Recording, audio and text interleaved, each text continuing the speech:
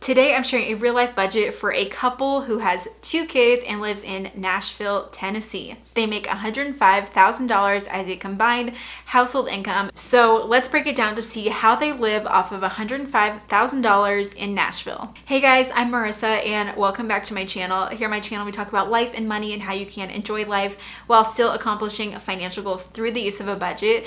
And so I'm so excited to be starting a new series here on my channel of sharing real life budgets. And these are your budgets. If you actually want to share your household budget and maybe it'll be featured on my channel, I will have a form in the description box below so you can share it there. This was a budget that was submitted to me by a viewer and I thought that it would be interesting to share about a family who lives in Nashville, Tennessee and how they spend their money off of a $105,000 annual income. Before we take a look at their budget, I want to let you know the budget template that you'll see is one that you can get yourself on my shop. I will have a link to that in the description box down below. It's what I use as my personal household budget every month and what I'll use to show you their budget. But also, let's give you a little bit of backstory to this family before we dive into their budget. They make $105,000 as a gross income and they live in Nashville, Tennessee. This budget is from a married couple with 2 kids. One spouse is a project manager and the other spouse is a stay-at-home parent. The goals that they have for their finances are to save for renovations on their home as well as college savings for their kids, which are great goals. And they have 403b insurance premiums and some parking costs that come out of the paycheck,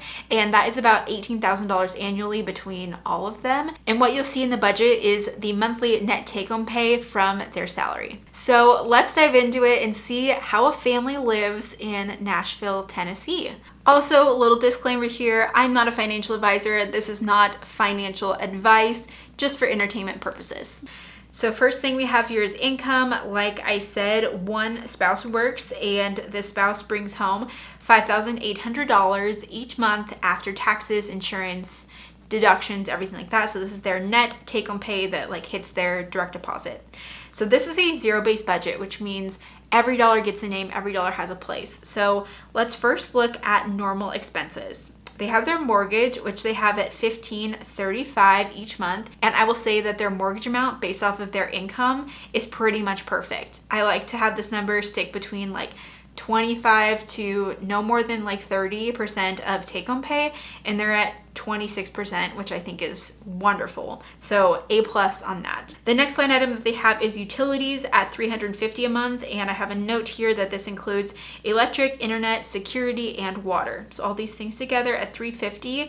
That's maybe a little bit high. I'd maybe try and stick it 5%, but that's not bad. Next we have is car insurance at $150. That kind of is what it is as well. And then we have groceries at $800 a month.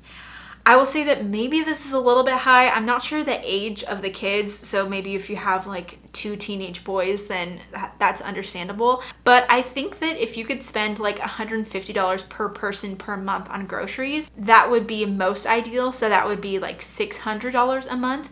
But I'm not concerned about this because we'll see later that they're still able to work on financial goals, but this is just something that I noticed is just maybe a tad bit high, and maybe they have special dietary restrictions and things like that. Next we have is gas. So if this person is commuting into work, that makes sense, $150 a month on gas.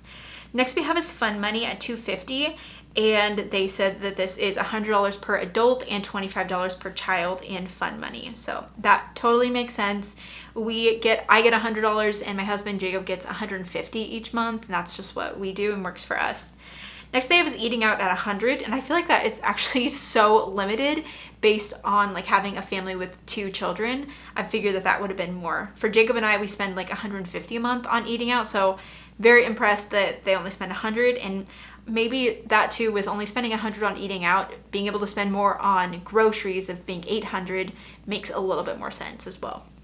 Next we have is miscellaneous, and they indicated $650 in miscellaneous, and I will say I think that is a bit too high. If this were me, I would take a look at miscellaneous and see what I was generally spending money on and see if I could make specific categories for that. Do you end up spending $100 a month in sort of household things that get lumped into miscellaneous, or gifts? Are you spending a lot on gifts? What goes into miscellaneous, and split it out into smaller categories rather than taking this huge chunk of $650 and throwing it all to miscellaneous. So I like to try and add additional categories to my budget. And we've definitely done this more and more over time as we notice that we more regularly spend money on something and it gets lumped into that miscellaneous category. So that's something to be aware of as well.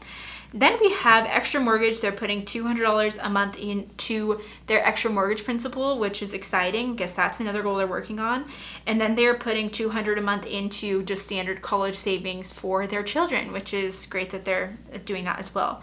So we're going to come back to this extra $529 college savings because if you remember at the beginning, I shared that their goals are to save for renovations and also putting more towards children's 529s.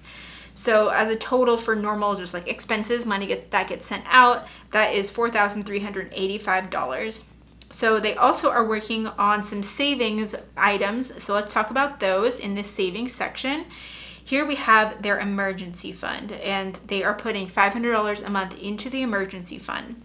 I just want to show you guys how the spreadsheet works really fast because once you put it in the actual column, it'll then give you an ending balance, which you can then copy over month to record your beginning balance in these cells. And then when you add to it in the actual, it'll then calculate your ending balance, just so that you're aware. And then if you end up spending money out of it, you can just put like -100, and then that updates the balance here as well. So just want to show you how that works a little bit. But overall, they're putting $500 a month saving towards an emergency fund, which is great. And then they have renovations, which they said kind of just goes every extra dollar to there.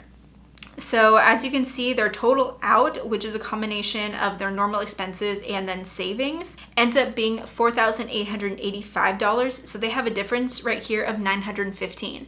It's a positive difference, which is exciting. And this just means that they need to allocate these dollars to another place. Since they're working on wanting to save for renovations and also kids' college, I'd probably split it between there. Depending on how soon they're wanting these renovations to be completed, they could decide to put all $915 to the renovations, or maybe they decide to put $200 extra to college savings, so $715 to renovations.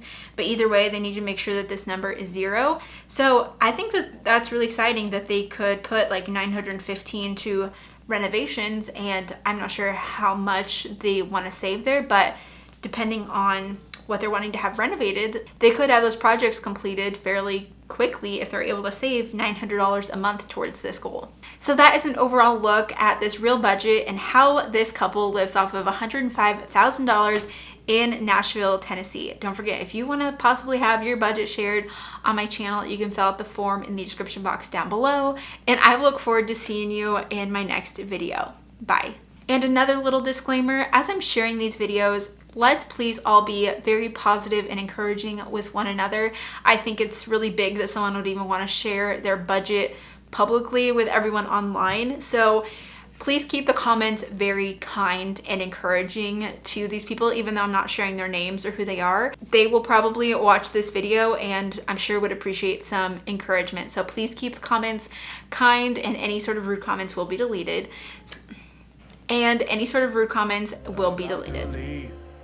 Already packing, come with me. I'm not really asking. We'll get away to a place where we